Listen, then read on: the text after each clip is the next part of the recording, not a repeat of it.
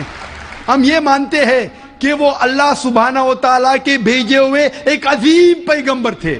عام پیغمبر نے, حدیث میں ذکر آتا ہے کہ 5 عظیم پیغمبر ہے, ان میں سے ایک عیسیٰ علیہ السلام. عام پیغمبر نہیں. عیسیٰ علیہ السلام اللہ سبحانہ و تعالیٰ کے بھیجے ہوئے ایک عظیم پیغمبر تھے, اور ہم مانتے ہیں کہ عیسیٰ علیہ السلام مسیح تھے, ٹرانسلیٹڈ کرائسٹ. ہم یہ مانتے ہیں کہ وہ چمتکار کے ذریعے, معجزہ کے ذریعے, وداؤٹ اینی میل انٹروینشن پیدا ہوئے, بنا باپ کے پیدا ہوئے. ہم یہ مانتے ہیں کہ عیسیٰ علیہ السلام نے مردوں میں جان ڈالی اللہ کی مدد سے. ہم یہ مانتے ہیں کہ عیسیٰ علیہ السلام نے اندھوں کو روشنی دی اور جو لوگ کو کوڑ تھا انہیں صحیح کیا اللہ کی مدد سے. مسلم اور عیسائی ایک ساتھ جا رہے. بھائی صاحب نے صحیح کہا, جب ایک ساتھ جا رہے ہیں تو اختلاف کیوں؟ سب سے اہم اختلاف یہ ہے کہ کئی عیسائی یہ سمجھتے ہیں کہ عیسیٰ علیہ السلام خدا ہے یا خدا کا بیٹا ہے, جو ہم مسلمان اسے ہرگز نہیں مانتے. جب کہتے ہیں God, son of God, they believe in Trinity, خدا کو, خدا کا بیٹا کو, ہولی اسپرٹ کو, لیکن یہ مانتے ہیں کہ عیسیٰ علیہ السلام خدا ہے.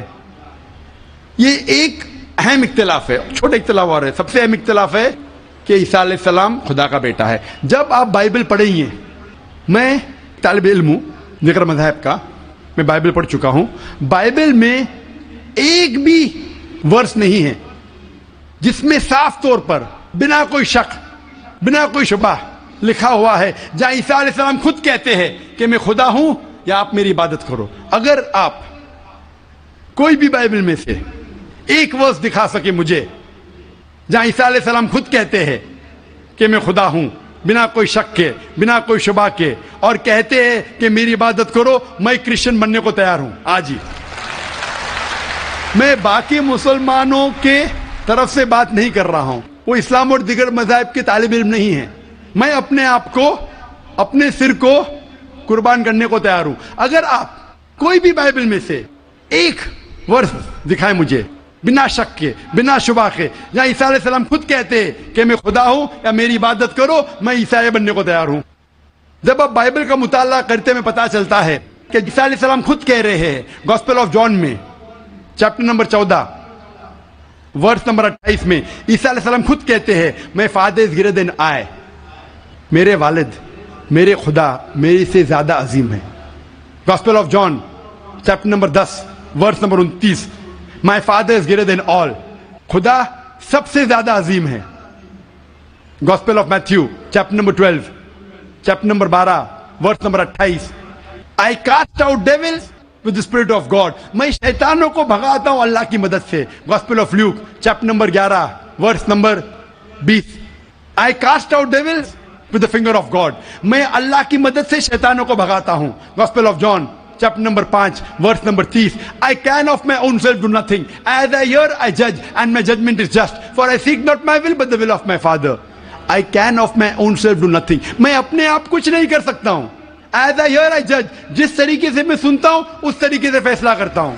As I hear I judge and my judgment is just, for I seek not my will but the will of my Father. کیونکہ میں اپنے آپ سے کچھ نہیں کہتا ہوں, جو خدا چاہتے وہی کرتا ہوں. اگر کوئی بھی انسان یہ کہتا ہے کہ جو خدا چاہتے میں کرتا ہوں, اسے عربی میں کہتے ہیں مسلم. عیسیٰ علیہ السلام مسلم تھے, انہوں نے کہیں بھی نہیں کہا کہ وہ عیسائی تھے. اب پورے بائبل میں ورڈ کرسچینٹی بائبل میں ہے ہی نہیں. پورے بائبل کی آپ چھان کرو, word Christianity not there in the Bible. ایک ورڈ ہے Christian in the book of acts. وہ لقب دیا گیا تھا عیسیٰ علیہ السلام کے ماننے والوں کو, کرسچین لقب. آپ آگے پڑھتے لکھا ہے گاسپل آف جان میں چیپٹر نمبر 14 میں ورس نمبر 24 میں, The words that you hear are not mine, but my Father who has sent me. جو آپ الفاظ سن رہے عیسیٰ علیہ السلام کہتے ہیں وہ میرے نہیں ہیں, وہ خدا کے ہیں. Gospel of John chapter number 17 verse number 3 میں, This is life eternal, so that you may know there is one God and Jesus Christ whom thou hast sent. You may know this is life eternal. اور اب یہ جان لو خدا ایک ہے, اور عیسیٰ علیہ السلام کو اس خدا نے بھیجا. اور صاف الفاظ میں لکھا ہے بک آف ایکٹس میں چیپٹر نمبر 2 ورس نمبر 22 میں, Ye men of Israel, listen to this. Jesus of Nazareth, a man approved of God amongst you by wonders and miracles which God did by men, you are witness to it. اے اسرائیلو سنو, Jesus of نازرت, Jesus جو نصارہ کے تھے, a man approved of God, ایک انسان ہے جس کو خدا نے چنا آپ کے بیچ, amongst you by wonders and miracles, اور اس کے ذریعے چمتکار دکھائے, معجزہ دکھائے. Wonders and miracles which God did by him, اور خدا نے ان کے ذریعے کیے. تو یہ صاف بائبل کہہ رہا ہے کہ عیسیٰ علیہ السلام ایک انسان تھے, عام نہیں تھے لیکن پیغمبر تھے, لیکن خدا نہیں تھے. اور جتنے بھی چمتکار معجزہ کیے وہ خدا نے ان کے ذریعے کیے. اب یہ سمجھ سکتے کہ یہ عیسائی لوگ کی غلط فہمی ہے کہ ان کے فادر, ان کے پریسٹ ان کو کہتے ہیں کہ عیسیٰ علیہ السلام خدا ہے. بائبل میں ایک بھی ورس نہیں ہے جہاں کہا گیا ہے بنا کوئی شک بنا کوئی شبہ عیسیٰ علیہ السلام خود کہتے ہیں کہ میں خدا ہوں. جب عیسیٰ علیہ السلام نہیں کہتے تو آپ کیوں کہنا چاہتے؟ اسی لیے ہم مسلمان عیسیٰ علیہ السلام کی اور عزت کرتے ہیں. اگر آپ عیسیٰ علیہ السلام کا کہنا نہیں مانتے تو میرے حساب سے آپ عیسیٰ علیہ السلام کی عزت نہیں کرتے. تو یہ کہنا کہ عیسیٰ علیہ السلام کی عزت اور کرتے بالکل غلط ہے. ہم مسلمان عیسیٰ علیہ السلام کی عزت اور کرتے ہیں. اگر آپ تحقیق کریں گے عیسیٰ علیہ السلام کی ختنہ ہو چکی ہے. کیا کرسچن لوگ ختنہ کرتے؟ مسلمان ختنہ کرتے. عیسیٰ علیہ السلام آپ دیکھیں گے بائبل میں لکھا ہوا ہے کہ آپ کو ہر ایک چیز بائبل کی فالو کرنا چاہیے. لکھا ہے بائبل میں in the book of Leviticus chapter number 11 verse number 7 to 8, کہ آپ سور کا گوشت مت کھاؤ, خنزیر کا گوشت مت کھاؤ. Book of Deuteronomy chapter number 14 verse number 8, book of Isaiah chapter 65 verse number 2 to 5. ہم سور کا گوشت نہیں کھاتے, آپ لوگ کھاتے. حجاب کرنا ہے لکھا ہے بائبل میں 1 Timothy chapter number 2 verse number 9, first book of Corinthians chapter number 11 verse number 5-6. ہم حجاب کرتے, آپ نہیں کرتے. تو اسی لیے عیسائی کا مطلب یہ اگر ہے کہ عیسیٰ علیہ السلام کا کہنا ماننا, تو ہم مسلمان عیسائی سے زیادہ عیسائی ہے. اگر عیسائی کا ماننا یہ کہ عیسیٰ علیہ السلام کو خدا ماننا تو ہم عیسائی نہیں ہیں، لیکن عیسائی کے معنی یہ ہے کہ عیسیٰ علیہ السلام کا کہنا ماننا تو ہم مسلمان عیسائی سے زیادہ عیسائی ہیں۔ اور میں آپ کو دعوت دیتا ہوں کہ آپ بھی اور اچھے عیسائی بنو اور اسلام کو قبول کرو اور عیسیٰ علیہ السلام کی اور عزت کرو۔ Hope that answers the question. ایک سوال کی گنجائش ہے، میں سکھ بھائی سے کہنا چاہتا ہوں کہ آپ اپنا سوال مختصر طور پر اور شارٹ میں کریں۔ میں کہوں گا میرا یہ سوال یہ ہے کہ ہمارے سکھ دھرم اور ہندو دھرم میں جانور کا گوشت کھانا سخت منع ہے، گرو نانک صاحب نے ایک دم سخت منائی دی ہے، لیکن میں یہ جاننا چاہتا ہوں کہ آپ کے قرآن میں بھی اس طرح کہا گیا ہے کہ آپ جانور کا گوشت کھا سکتے ہیں؟ بھائی صاحب وقت ختم ہونے کی وجہ سے ہمیں لحاظ رکھنا چاہیے، جو یہ رول ہے دیش کا۔ قرآن مجید میں کئی آیتیں، سورہ نحل سورہ نمبر 16 میں، سورہ مائدہ سورہ نمبر 5 آیت نمبر 1 میں جہاں لکھا گیا ہے کہ وہ جانور جو حلال ہے، جو چوپائے ہے، مثال کے طور پہ بھیڑ، بکری، گائے، اس کا گوشت کھا سکتے ہیں۔ جو ممانعت ہے وہ سور کا گوشت۔ اس کے علاوہ جو بھی ہربیورس اینیمل ہے، جو گھاس پھوس کھاتے ہیں، وہ جانور کو اگر برابر سے ذبح کیا گیا ہے اس کو آپ کھا سکتے۔ اور معلومات کے لیے آپ میرا ڈیبیٹ دیکھیے، از نان ویج فوڈ پرمیٹڈ اور prohibited for the human being؟ وآخر دعوانا الحمدللہ رب العالمین۔ ایک ضروری اعلان، آپ نے الحمدللہ صبر کا دامن تھامے رکھا اور ساتھ دیا اس پروگرام کو کامیاب بنانے میں۔ اب آخری وقت ہے ابھی جانے کا، سب لوگوں کے نکلنے کا، ایگزٹ ایک ہی ہے، اس لیے انتہائی اطمینان کے ساتھ مسلمان وہ ہے جس کی زبان اور ہاتھ کی تکلیف سے دوسرا مسلمان بچا رہے، اس لیے اطمینان کے ساتھ، آہستگی کے ساتھ تشریف لے کر جائیں۔ جزاک اللہ۔